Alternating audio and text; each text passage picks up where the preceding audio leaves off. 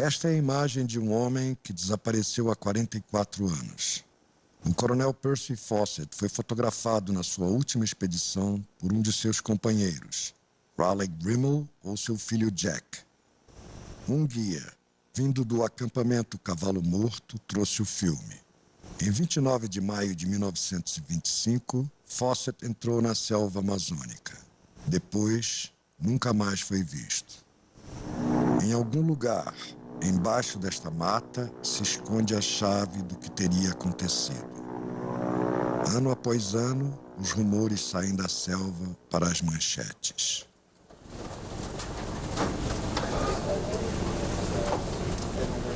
Na sede de qualquer jornal se encontram pilhas de recortes contraditórios. Em qualquer biblioteca encontramos dúzias de livros com histórias opostas.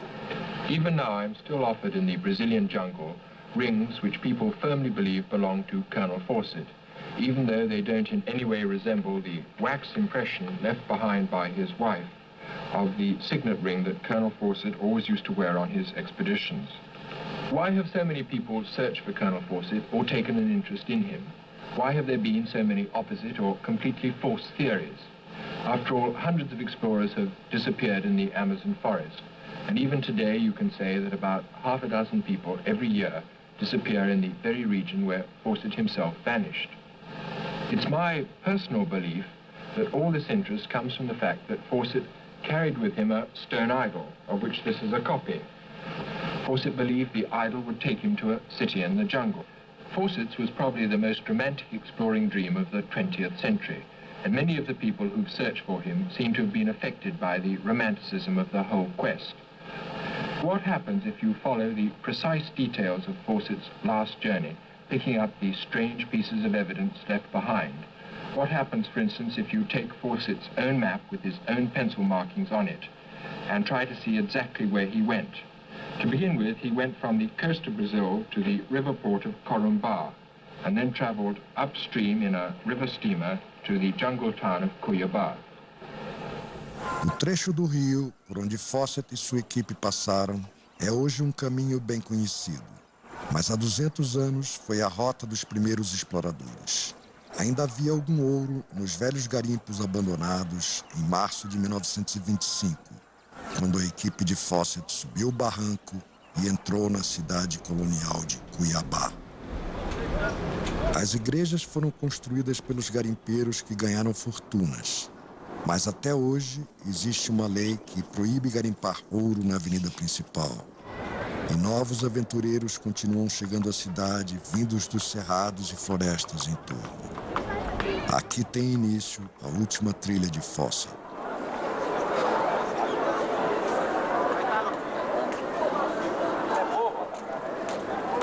No mercado, ainda se encontram agrimensores, garimpeiros, caçadores e outros viajantes. É esse mercado central que abastece as expedições. Eles falam sobre ouro, borracha e terra, e algumas vezes sobre Fawcett. Alguns garimpeiros afirmam tê-lo guiado para o tesouro dos seus sonhos. E, de alguma forma, a história está se tornando um mito para esses homens rústicos e crédulos.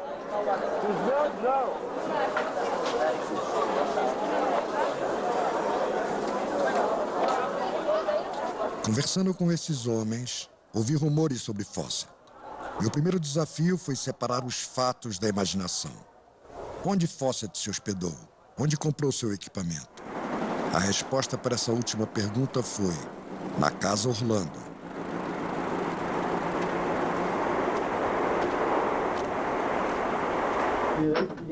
Aqui vendem tudo o que se utiliza na selva. Espingardas, peneiras de garimpo. Esta casa abastece Cuiabá e suas expedições há mais de 80 anos.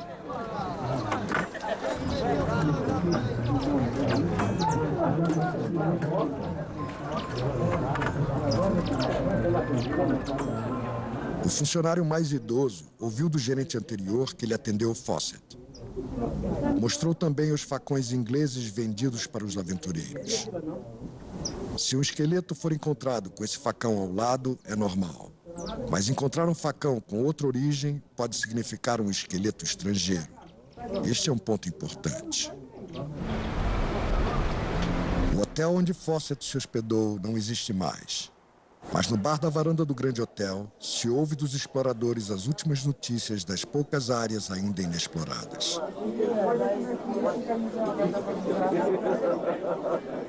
Por isso, a única possibilidade de algum membro da equipe de Fawcett estar vivo é se estiver aprisionado em alguma aldeia indígena desconhecida. No escritório de agrimensores, me mostraram flechas de algum grupo desconhecido que ataca com flechas no primeiro encontro. Estas foram retiradas dos corpos de agrimensores emboscados.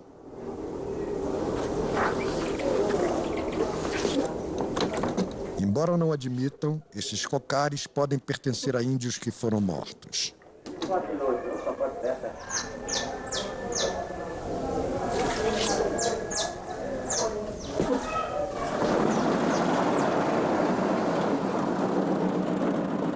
Essa é a trilha que Fawcett percorreu, mas infelizmente não neste carro, que só chegou 3 anos depois dele.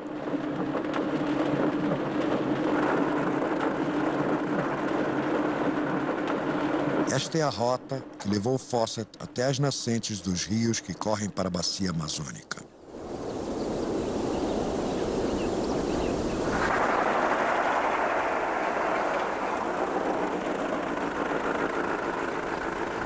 As misteriosas formações se parecem com cidades lendárias e nos lembram a finalidade da viagem de Fawcett: achar a cidade escondida na floresta, fundada pelos refugiados da antiga Atlântida.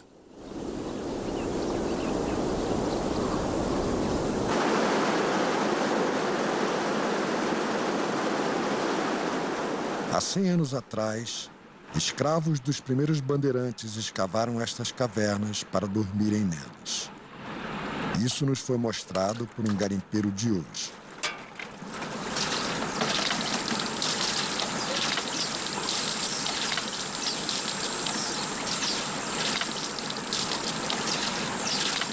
No centro da bateia há uma fagulha de ouro, que não justifica tanto trabalho. Em seu acampamento, perto do garimpo, o garimpeiro Tibur conta que ele foi do exército húngaro. Por ser mais realista do que muitos outros aventureiros, perguntei a ele sobre suas expedições que cruzaram a rota de Fawcett. In 1957, I made a surveying job there. I met Indians there, and I was curious about this Colonel Fawcett business. These Indians, what did they tell you? This one old Indian, he told me that Colonel Fawcett was killed, probably was killed because he found a gold mine there in the Roncador. And who did he say killed him?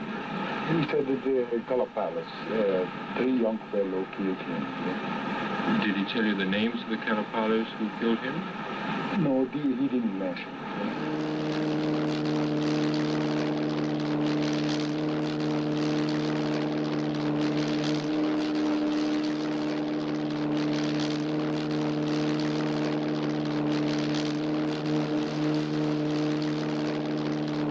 O cerrado é limpo como na época de Fawcett, quando existiam as rotas dos tropeiros. Mas aqui ele não andou mais do que 8 quilômetros por dia, outro fato importante. O objetivo de Fawcett era a Fazenda Laranjal, assinalada de próprio punho por Fawcett no mapa da Real Sociedade Geográfica. Ali estava a casa de seu velho amigo, Coronel Galvão, um dos últimos homens que viu Fawcett. Ele esteve comigo aqui. E aqui também? É, aqui em Cuiabá. É. Que ele esteve comigo umas 3 vezes. E depois ele me contou o que ele pretendia fazer. Fawcett me disse que estavam indo procurar uma cidade em algum lugar do rio Culuene. Mas como um dos jovens tinha machucado o pé, permaneceu aqui antes de partir para o posto indígena Bacairi. Ao todo foram 14 dias. At Bakari, the real mystery begins. Where did Fawcett go from there? The obvious route to anyone used to jungle travel was along the large river system that begins several days' travel north of Bakari Post. This is the main highway of the Bakairi and Menaku Indians who travel on it by canoe.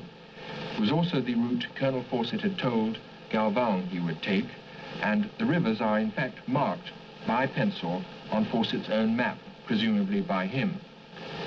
But several days after leaving Bakairi, in fact 9 days after leaving Bakairi, Fawcett sent back his last dispatches ever written by him from a place called Dead Horse Camp. In a letter to his wife, he said his position was 11 degrees 43 south. But in a letter to his sponsors, he said his position was 13 degrees 43 south.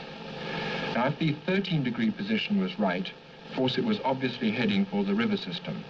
But if the 11-degree position was right, Fawcett was nearly 200 miles to the north and must have traveled at incredible speed along the dry watershed called the Serra Formosa, the Beautiful Range. De fato, eles teriam que percorrer cerca de 32 quilômetros por dia. Impossível, de acordo com os sertanistas de hoje. As fotos do acampamento Cavalo Morto mostram campos, mas aqui vemos floresta. Isso prova que a foto do acampamento não está na posição de 11 graus. Por sorte, existe um mapa fotográfico de um voo militar que passou sobre o ponto A. No Conselho Geográfico Brasileiro, um especialista sincronizou estas fotografias aéreas com os mapas e calculou as posições do Cavalo Morto e do ponto A. Examinou a posição precisa no mapa e marcou o ponto A na foto correspondente. Para o norte, muito distante no horizonte, apagado na foto, há 2 afluentes, e o Cavalo Morto está aqui no primeiro.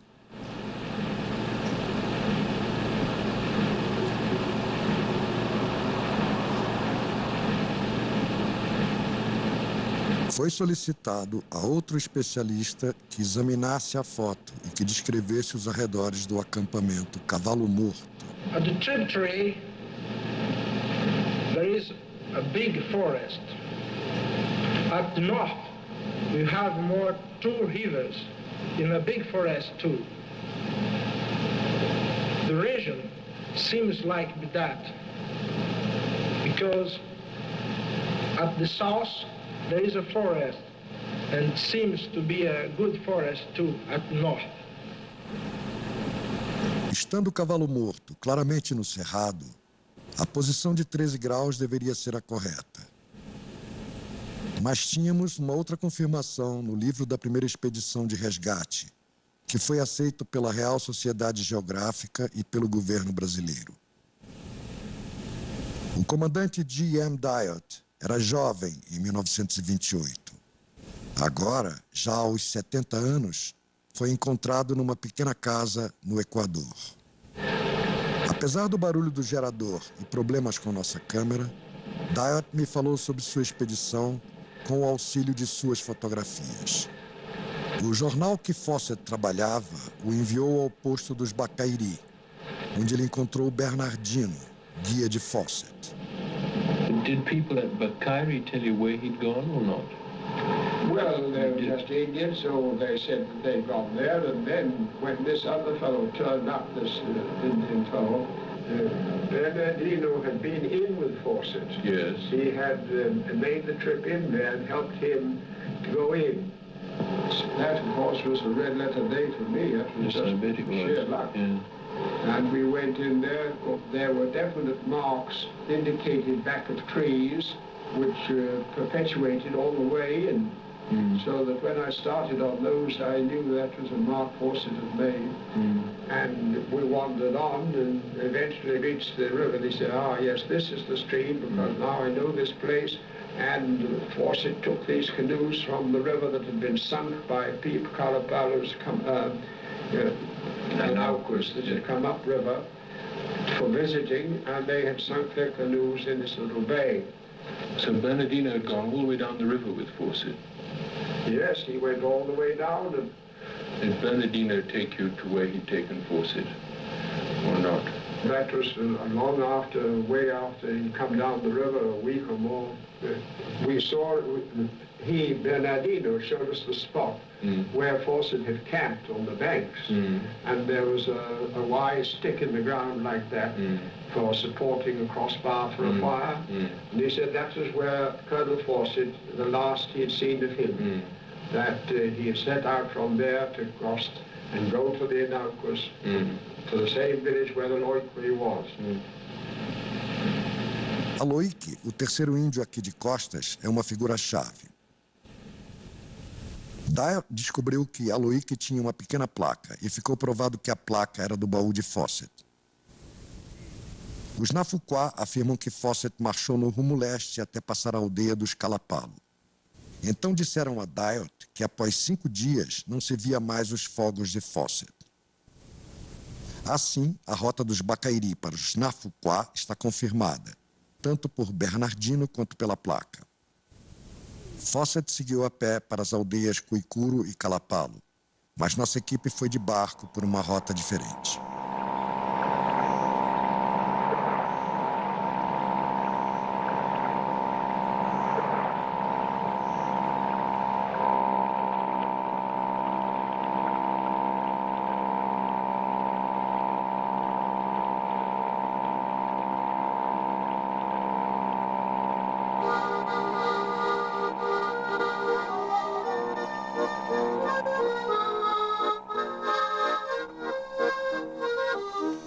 Tocamos música para mostrar que a equipe é amiga quando entramos no mundo do índio, onde o modo de se expressar é totalmente diferente.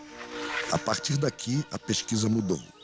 Os segredos estão com os índios, e os índios se manifestam de diferentes maneiras. Nós os cumprimentamos e eles cantam para receber a equipe.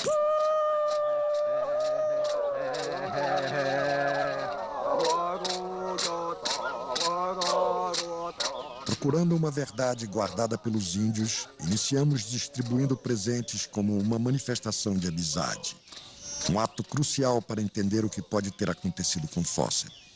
Levamos anzóis, facas, agulhas, tudo que os índios não encontram na selva.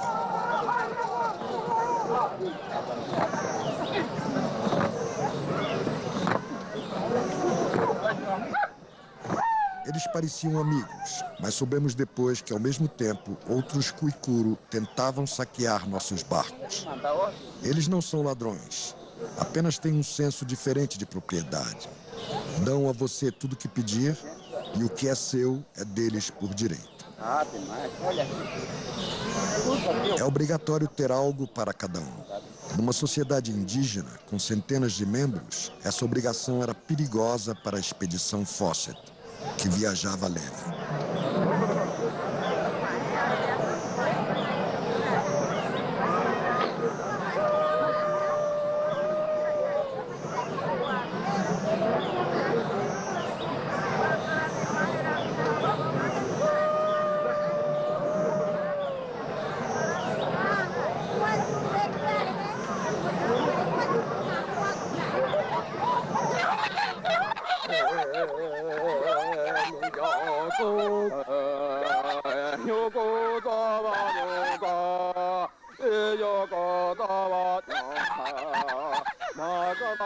A dança de agradecimento é também a dança de um espírito que vive sob as águas.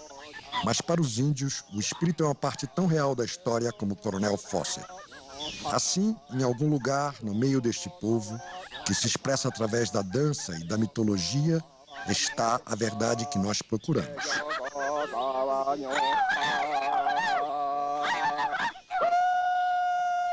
Se os índios se sentirem agressivamente questionados, passam a esconder a verdade. Então foi escolhido um cacique para contar a história de sua terra.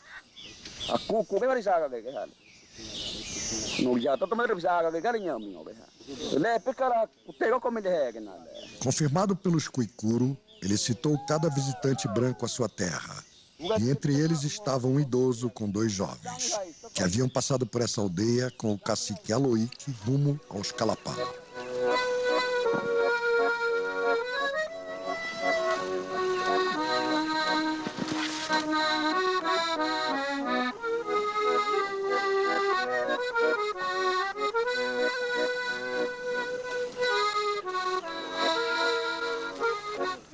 Assim seguimos para a aldeia dos Kalapalo com as informações de Dayot confirmadas.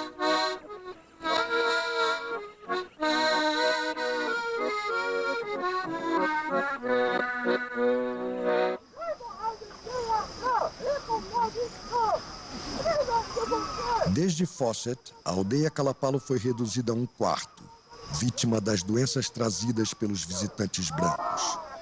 Mais uma vez, distribuímos presentes para todos.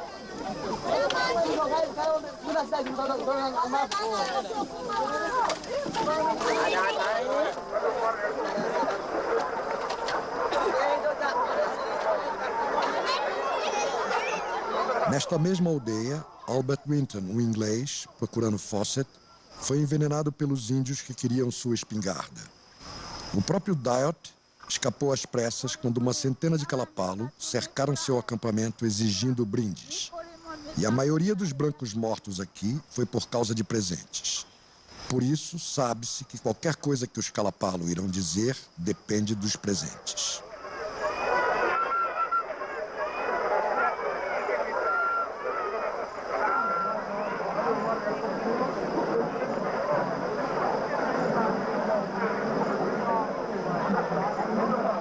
Um ratinho de brinquedo é uma besteirinha. Mas todas as buscas sérias por Fawcett, tanto a de Dayot quanto a de Winton, como a de missionários americanos e do Serviço de Proteção aos Índios, traçaram a pista de Fawcett até aqui. Mas somente os Kalapalo podem dizer o que aconteceu. E para eles, perguntas são sempre suspeitas.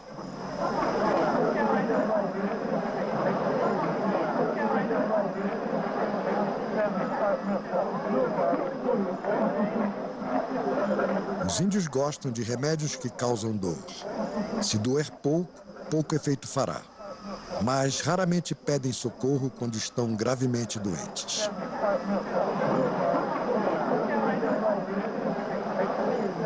Este velho Kalapalo experimentou meu chapéu. Uma vez em suas mãos, avisou que não devolveria. Eu disse que o chapéu era meu, mas é perigoso insistir.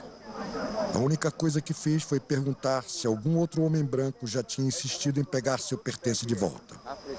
Outros Kalapalo contaram que há muito tempo, um velho branco com 2 jovens e o cacique Aloique pediu sua faca de volta. Mais tarde, eles mostraram uma velha carabina Winchester 44, mas não era de Fawcett. Eles voltaram a contar que os Kalapalo ficaram vendo por 5 noites sinais das fogueiras do velho com os 2 jovens, se deslocando para o leste. Tá. Eu bati agora para mostrar o lado. Já estava falando tudo, né? Isso mesmo. Eu observei que, como um território indígena corresponde a 5 dias de caminhada, os 3 brancos teriam morrido, convenientemente, fora da terra Kalapalo. Então ele contou outra história que eu já tinha ouvido deste Kalapalo 4 anos antes. Durante uma noite de relatos da bravura de seu povo, ele contou como seu povo matou 3 brancos antes do seu nascimento. He told me that the morning the 3 white men were to leave the Kalapalo village, the whole tribe gathered together to be given presents by them. This is a normal Indian custom, and some of the tribe had been poking around in their baggage and had found some rattling sounds there which they assumed were beads. But in fact, no beads were given to the tribe, probably because they were being kept for more dangerous Indians in the country ahead. And so Kabukwiri, the Kalapalo Indian who had carried the baggage of the 3 white men, insisted that they should be killed.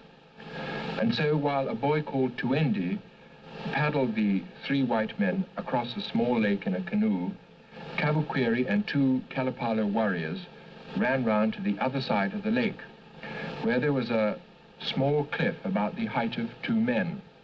They hid themselves in the bushes here, carrying large staves which they had cut out of the forest. The first man to land when the canoe arrived was the older white man.